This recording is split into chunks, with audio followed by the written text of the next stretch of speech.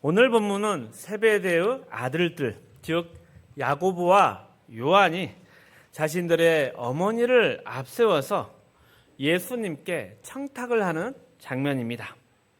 예수님, 주님의 나라가 임할 때 우리 아들 하나는 주의 오른편에 또 하나는 왼편에 앉게 해달라.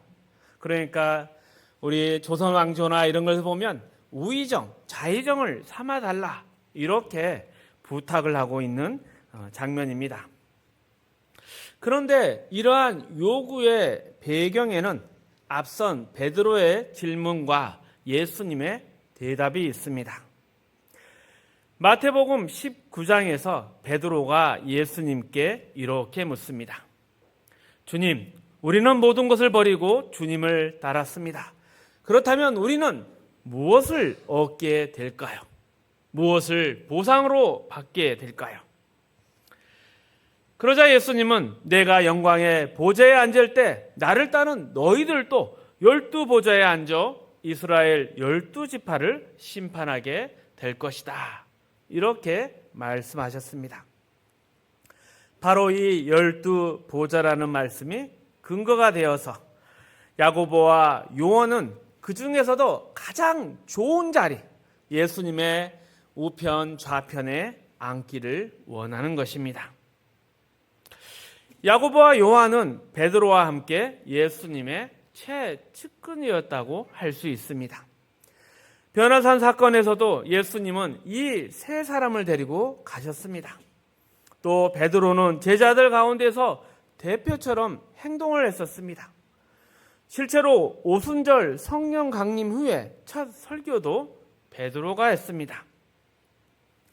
그런데 왜 이런 베드로를 제치고 야고보와 요한은 그들의 어머니를 내세워서 예수님의 좌편, 우편 왜 요구를 했을까요? 그 이유는 예수님께서 앞에서 하신 또 다른 말씀 때문입니다. 먼저 된 자가 나중되고 나중된 자가 먼저 될 자가 많다. 이 말씀을 듣고 야고보와 요한은 이런 생각을 합니다. 베드로가 먼저 된 자일지라도 우리가 앞설 수 있구나.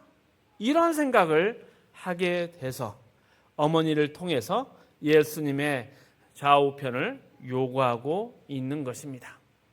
그러니 이야기가 계속 이어지고 있는 것입니다. 믿는 자의 보상은 무엇인가?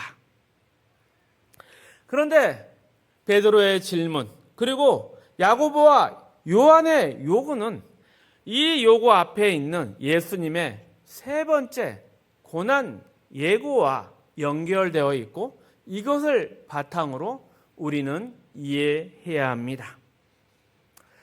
마태복음 20장 17절에서 19절 말씀입니다. 함께 읽어봅니다.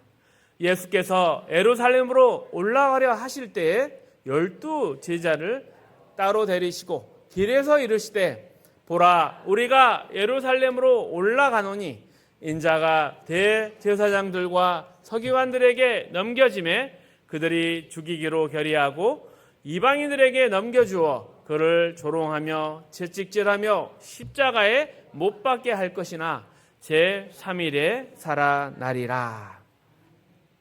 이 순환 예고의 말씀은 예수님이 이 땅에 왜 오셨는가, 그리고 무슨 일을 하시는가, 그리고 어떠한 나라를 이루시려고 하는가, 그리고 그러한 예수님을 따르는 제자들에게 주어질 진짜 보상은 무엇인가, 이것을 잘 대변해 주는 말씀입니다.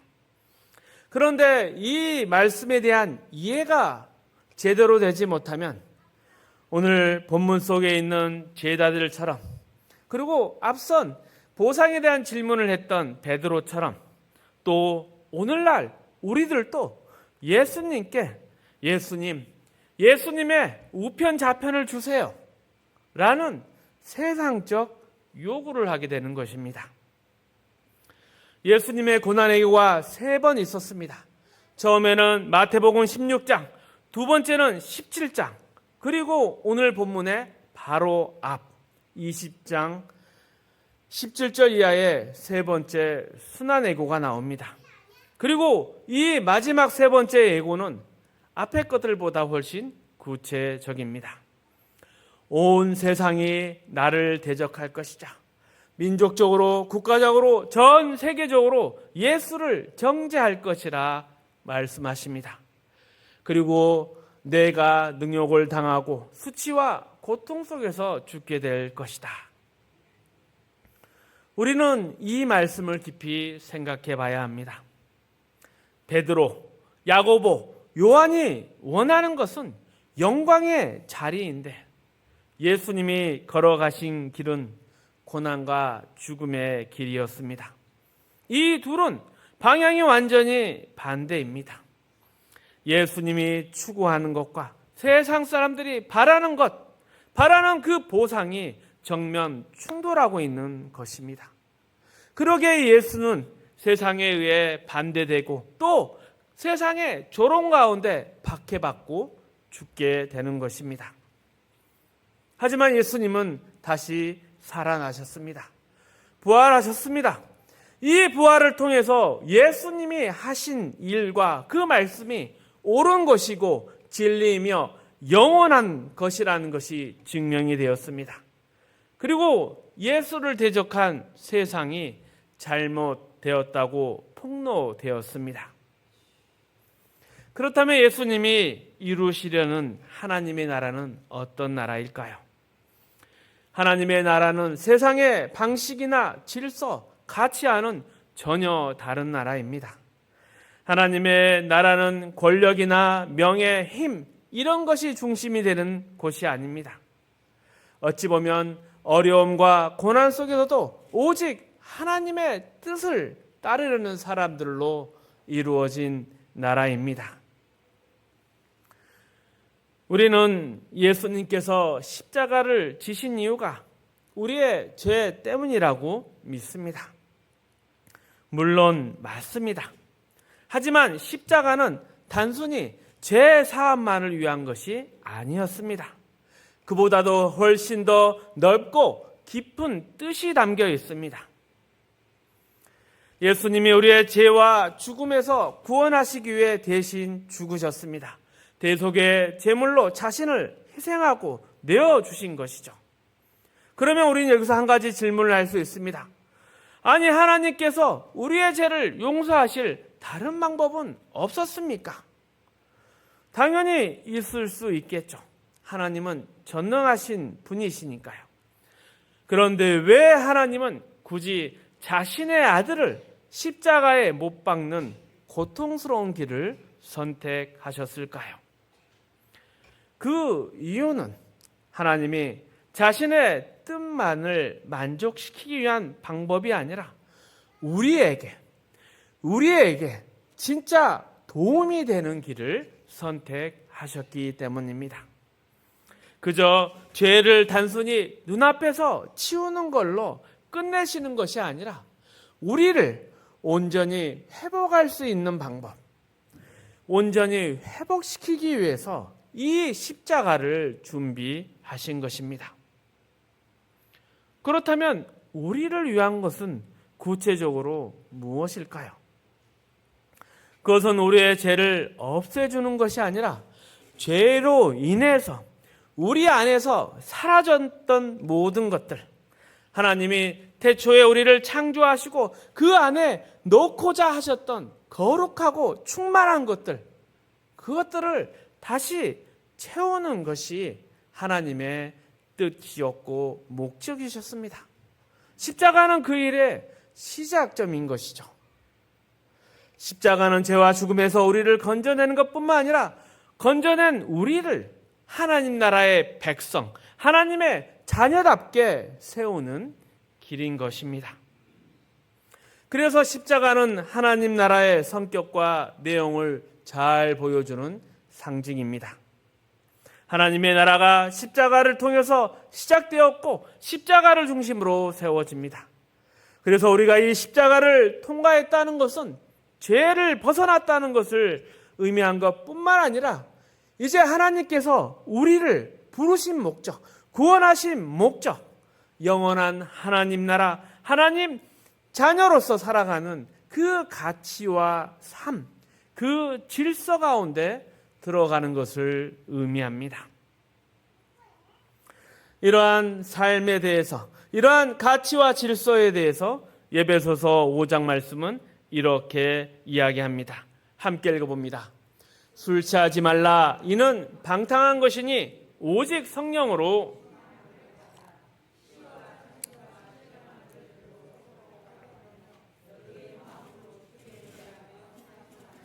범사에 우리 주 예수 그리스도의 이름으로 항상 아버지께 감사하며 그리스도를 경외함으로 피차 복종하라.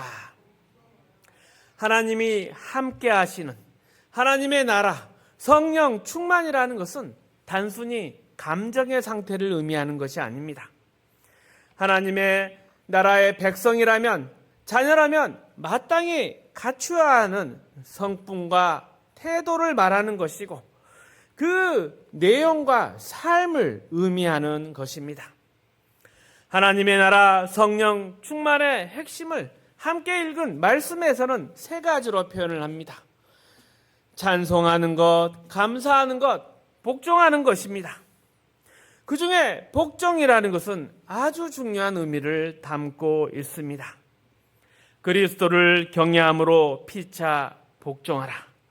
예수님께서 우리를 위해 지신 그 십자가의 사랑을 진심으로 깨닫고 우리 서로가 존중하며 섬기며 서로 복종하라는 뜻입니다. 그런데 자꾸 십자가로 세운 나라, 십자가로 세운 나라 이런 말들을 반복하다 보면 십자가는 단지 구원의 방법으로만 들릴 수 있습니다. 십자가를 지나야만 그 나라를 들어갈 수 있다 하다 보면 이 십자가가 그 나라의 핵심이며 내용이며 성격이며 질서이고 가치라는 것을 놓치기가 쉽습니다. 십자가에 대비되는 세상의 나라는 어떻습니까? 힘 있는 사람이 권력을 잡고 약한 사람을 억누르는 나라입니다. 하지만 하나님 나라는 완전히 다릅니다. 양보하고 희생하고 서로를 위해서 내 자신을 내어주는 나라입니다. 그러기에 서로 복종하는 것이 하나님 나라의 백성의 자녀의 기본 태도입니다. 그리고 이 내용이 에베소서 5장 22절 이하에 가면 이렇게 표현이 됩니다. 아내들아 남편들에게 복종하라. 남편들아 아내를 자기 몸처럼 사랑하라. 이것은 여자를 향한 명령이 아니고 서로 복종하며 사랑하라는 남녀 모두에게 주시는 말씀입니다. 그런데 하나님의 나라, 십자가의 나라, 성령 충만의 나라, 서로 복종하는 이야기를 하다가 왜 결혼 이야기가 나오는지 궁금해 생각해 보신 적은 없습니까? 바울이 이 하나님 나라의 본질을 부부관계를 통해서 우리의 일상을 통해서 설명하고 싶어 하기 때문입니다. 에베소서 5장 31절 32절 말씀입니다. 함께 읽어봅니다. 그러므로 사람이 부모를 떠나 그의 아내와 합하여 그 둘이 한 육체가 될지니 이 비밀이 크도다. 나는 그리스도와 교회에 대하여 말하노라. 그러니 이 부부관계를 통해서 교회와 그리스도의 하나됨, 그 하나된 하나님의 나라를 지금 설명하고 있는 것입니다. 사람이 부모를 떠나서 아내와 합하여 한 몸이 된다. 이것은 단순히 가정을 이루는 원리에 대한 이야기를 하는 것 같지만 이 안에는 더 깊고 풍부한 내용을 담고 있습니다. 이 말씀의 표현 중에는 굳이 왜 부모를 떠난다 이 표현이 들어 있을까요? 세상의 관계 중에 가장 끈끈한 관계가 무엇입니까? 부모와 자식 관계입니다. 피는 물보다 진하다라고 하지 않습니까? 그러니 혈연으로 이루어진 부모 자식 관계가 가장 끈끈한 관계입니다. 그런데 하나님은 그 관계를 떠나서 남과 여가 부부를 이루어 가족을 이루어라 라고 이야기합니다. 그러니 하나님은 이 부부라는 관계가 부모와 자식이라는 관계보다 더 깊은 관계라는 것을 말씀하고 계시는 것입니다. 결혼은 단순히 남과 여가 서로의 필요에 따라서 만나는 것이 아니라 혈연보다 더 끈끈하고 깊고 복된 연합이라는 것을 하나님이 말씀하고 계신 것입니다. 그리고 이러한 부부 관계는 신앙에서도 굉장히 중요한 관계의 바탕을 이룹니다. 이 부부의 관계를 좀 더 확장해서 생각해 보시죠. 우리가 본래 죄 가운데 세상에 태어났지만 하나님께서 우리를 세상에서 불러내어 그리스도와 하나 되게 하셨다는 것입니다. 그리스도와 연합을 이루게 하신 것이죠. 그것이 바로 구원이고 교회이며 하나님의 나라인 것입니다. 그래서 계시록의 끄트머리에도 어린 양과 교회의 결혼식으로 이루어지는 것입니다. 물론 세상이 우리에게 주는 것도 있습니다. 열심히 노력하면 성취가 있고 그에 따라 작은 보상도 받을 수 있는 것이죠. 세상 안에 일정한 법칙도 있고 누구에게 그런 기회는 열려 있기도 합니다. 그래서 성공하고 높은 자리에 갈 수도 있습니다. 하지만 그런 것들과는 비교도 안 되는 아주 놀라운 신비와 또 기쁨과 보람이 있는 일, 그것이 바로 그리스도와 교회의 연합인 것입니다. 그리스도와 교회의 관계는 어떤 것을 말하는 것입니까? 예수님이 머리가 되시고 우리가 그분의 몸으로 부름을 받은 것입니다. 예수를 믿고 구원받은 사람은 단순히 한 명의 믿는 사람으로 끝나는 것이 아니라 그리스도의 몸으로 연결이 되고 이제 다 하나로 연합이 되는 존재를 가지게 되는 것입니다. 그래서 그것이 바로 교회이며 그것이 부부가 가지는 결합의 의미인 것입니다.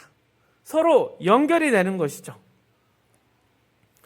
부부라는 관계가 단순히 사람과 사람 간의 계약이 아닙니다. 하나님께서는 처음부터 이런 부부의 연합을 상징으로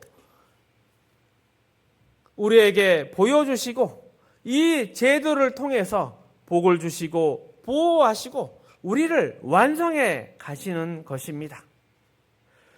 그렇다면 부부는 어떻게 살아야 하겠습니까? 서로 존중하고 서로 복종해야 합니다. 물론 사람이다 보니 마음에 안 드는 점이 있을 수 있습니다. 하지만 항상 이 관계 가운데 잊지 말아야 할 것은 저 사람은 하나님께서 내게 복을 주시기 위해서 만나게 하신 하나 되게 하신 존재이다. 그리고 또 한 가지 기억해야 할 것이 있습니다. 예수님께서 제자들에게 묻습니다. 너희는 나를 누구라 하느냐? 베드로가 주는 그리스도시요 살아계신 하나님의 아들이십니다. 이때 예수님이 말씀하십니다. 바요나 시몬아 내가 복이 있도다. 이것을 내게 알게 하는 이는 혈육이 아니라 하늘에 계신 내 아버지이시다. 이 말이 무엇을 의미하느냐? 세상의 지혜나 방법, 스스로의 노력만으로는 예수님이 누구신지 또 예수님과 함께 살아가는 것이 무엇인지 절대 알 수 없다는 것을 의미합니다. 오직 하나님께서 알려주시고 보여주셔야만 알 수 있는 진리인 것입니다. 그렇다면 부부관계도 마찬가지 아니겠습니까? 부부관계라는 것이 세상의 방법이나 세상에 줄 수 있는 그런 것들로 해결되는 것이 아니라 하나님만이 허락하시는 특별한 연합이기에 하나님만이 주시는 원리로서 살아가야 하는 것입니다. 세상의 가치를 상징하는 대표적인 게 돈입니다. 요즘 방송사나 드라마에서는 진리나 현실을 이야기하기보다는 돈을 벌기 위해서 시청률을 올리는데 초점을 맞춥니다. 이 시청률을 올리려면 사람들의 호기심, 특히 죄된 본성에서 나오는 호기심을 자극해야 합니다. 그래서 현실성보다는 막장 드라마, 자극적인 허구를 만들어냅니다. 실제로는 거의 일어나기 힘들고 사람들이 상상하기도 싫은 그런 것들을 현실인 것처럼 이야기해대고 우리는 거기에 쏙 빠져서 어떻게 될까? 우리의 눈을 그 가운데 뺏기고 맙니다. 그 드라마 가운데 사랑이라는 것도 왜곡이 되어 갑니다. 드라마 속의 사랑은 이해관계가 없고 단지 순수한 열망만 있으면 저게 사랑이다 라고 이야기를 합니다. 더러운 욕심이 아니라면, 순수한 감정이라면 사랑이라고 미화합니다. 하지만 사랑은 그렇게 단순한 것이 아닙니다. 진짜 사랑이라는 것은 서로에게 책임이 따르고 상대에게 유익을 주는 능력이 있어야 합니다. 감정이 아니라 책임지고 끝까지 상대를 위해서 살아가는 힘입니다. 그래서 부부가 사랑한다는 것은 단지 설레는 감정이나 열정을 나누는 것이 아닙니다. 서로에게 유익하고 서로에게 꼭 필요한 존재가 되는 것입니다. 좋아하는 감정을 넘어서 함께 살아가며 서로를 하나로 지어가는 것입니다. 그러기에 부부는 서로 대등해야 합니다. 한쪽이 다 주고 한쪽은 다 받는 그런 것이 아니라 서로 의지하고 나누고 함께 성장해야 합니다. 그래서 사랑에는 늘 책임이 따릅니다. 그 책임을 질 준비가 되지 않았다면 사랑해서는 안 되는 것이죠. 그냥 호감에서 멈춰서야 합니다. 그런데 감정이 순수하기만 하면 사랑이라고 생각하는 요즘 그 풍조를 따라서 어떤 사람들은 내가 이렇게 겉은 나이 들어 보여도 마음은 청춘이야 하면서 나이 어린 이성과 연애하고 가정을 깨고 감정을 쫓는 것은 순진한 게 아니라 죄입니다. 나이가 들면 분별력이 있어야죠. 감정에 끌려서 세상에 끌려서 하나님의 뜻과 원리를 무시하는 것은 죄된 본성의 발로이며 하나님을 모르는 데서 나오는 잘못된 행동입니다. 우리는 하나님을 힘써 알아야 합니다. 하나님을 모르고는 이러한 세상의 유혹 이길 수가 없습니다. 그리고 하나님을 아는 우리, 예수의 뒤를 따르는 우리는 세상과 다릅니다. 하나님께서 허락하신 특권을 가진 자들입니다. 하나님께서 우리를 부르셔서 세상을 떠나게 하셨고 이제 그리스도와 연합된 존재로 삼아 주셨습니다. 그 인도하심, 그 지켜주심, 그 복주심으로 이제 우리는 그리스도와 부부가 되었고 이 자리에서 함께 살아가고 있습니다. 이 자리가 바로 우리의 자랑이며 영광이며 절대 빼앗기지 말아야 할 복의 자리인 것입니다. 예수님께서 나는 너를 섬기러 왔고 너의 대속물로 주기 위해서 왔다. 이 말씀이 우리 각자의 삶 안에 담겨 있어야 합니다. 예수를 믿는다는 것은 이 원리로 사는 것이고 이 기쁨과 복을 누리는 것입니다. 그런데 많이들 착각합니다. 제자들이 주님, 저는 주님을 위해서 다 버렸으니 이제 보상을 주십시오. 우리도 예수 믿고 한번 회개하고 눈물 찔끔 흘리고 수모 좀 참으면 이제 그 다음부터는 모든 것을 다 누릴 수 있다고 착각을 합니다. 예수 앞에 한번 무릎 꿇으면 이제는 인생이 멋지게 풀릴 거라 생각합니다. 그러니 진짜 신앙의 능력도 없고 열매가 없는 것입니다. 그러다가 안 되면 어떻습니까? 대충 세상과 타협하고 마는 것입니다. 아닙니다. 우리는 오늘부터 다시금 마음을 새로이 해서 섬기고 희생해야 합니다. 우리의 가정에서, 이웃 앞에서, 직장과 일터에서 감당하고 책임져야 할 사람입니다. 그것이 우리의 특권이고 우리에게 주신 영광과 명예이며 하나님께서 그리스도 안에서 십자가 안에서 우리를 이루시려는 하나님의 나라입니다. 부부가 하나가 되는 것처럼 우리는 세상에서 나와 그리스도와 하나가 된 사람입니다. 그리고 우리가 살아가는 인생의 모든 영역, 부부, 부모와 자식 관계, 가정, 사회, 우리의 이 시대, 이 모든 것 가운데 우리의 머리 되신 주님이 또 하나님이 인도하고 역사하고 계십니다. 여기가 바로 우리의 복된 환경이며 조건이며 내가 감당하며 서 있어야 할 곳입니다. 이러한 복의 자리에서 우리가 불평하는 이유는 내 스스로 잘못된 기대와 보상을 가지고 있기 때문입니다. 예수 믿고도 아직도 여전히 하나님의 나라의 그 가치와 성격, 질서와 그 영광, 그 명예를 모르기 때문입니다. 다시 한번 우리 마음속에 하나님이 허락한 것이 무엇인지 되새겨 보십시오. 우리의 삶 속에서 환경에서 하나님의 자녀로서의 자랑을 확인하십시오. 그리고 주시는 그 열매를 누리고 나누십시오. 십자가를 지는 이 기쁨, 남의 이야기로만 듣지 마시고 우리 각자가 직접 누릴 수 있으시기를 축복합니다. 말씀을 정리하겠습니다. 베드로, 야고보, 요한은 주님께 영광의 자리를 달라고 요구했습니다. 하지만 예수님은 자신이 걸어갈 길은 고난과 십자가의 길이라 말씀하셨습니다. 제자들이 원하는 것은 세상적 보상이었지만 예수님이 보여주신 길은 섬김과 희생이었습니다. 나는 섬기려 왔고 많은 사람을 위해 내 생명을 내어주는 대속물로 왔다. 하나님의 나라는 세상처럼 힘 있는 자가 높아지는 그런 나라가 아니라 서로 사랑하고 복종하며 섬기는 나라입니다. 우리가 예수를 믿는다면, 예수를 따른다면 우리의 가정에서, 직장과 일터에서 또 이웃 앞에서 우리는 섬기고 희생해야 합니다. 이것이 우리의 특권이며 명예이며 영광입니다. 십자가의 길을 기쁨으로 걸어가며 하나님 나라를 누리고 나누는 삶이 되시기를 축복합니다.